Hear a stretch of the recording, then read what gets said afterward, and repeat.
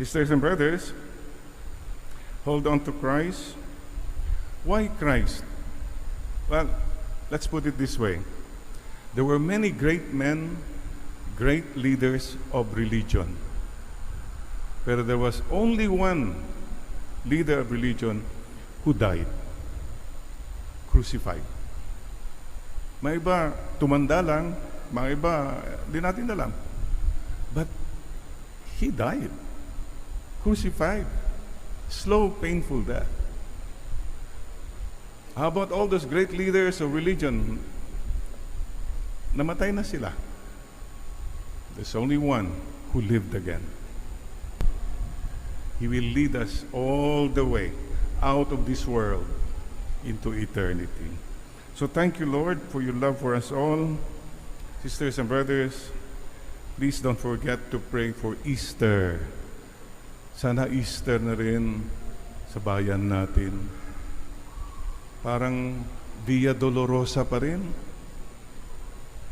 Ang bigat, ang daming naghihirap, at may mga nagpapahirap sa ating mga kababayan. Dear Lord, sana mawala na po yung mga magnanakaw, mga clowns, tyrants. Mahal po nyo ang aming bayan. Let there be an Easter in our country. Sana po, Lord, sana soon. Sisters and brothers,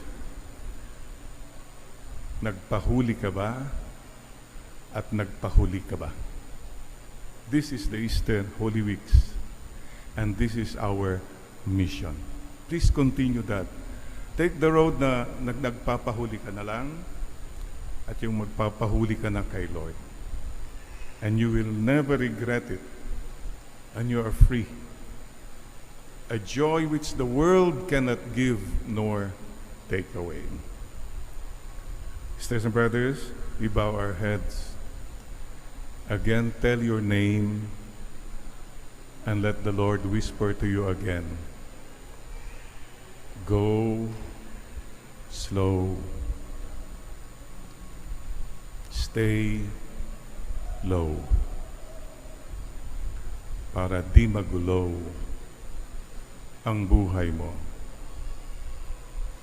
Para Easter look na ang mukha mo. Go slow. Take time for prayer. Take time for peace and quiet. It's not a race out there. Stay out of the race. It's not a contest. Go slow. Stay low. Stay humble. Stay humble. Para hindi magulo ang buhay mo. At Easter look lagi ang mukha mo. Would you please tell that to one another now? Go slow, stay low, para di magulo ang buhay mo. At Easter look lagi ang mukha mo. Amen? Amen.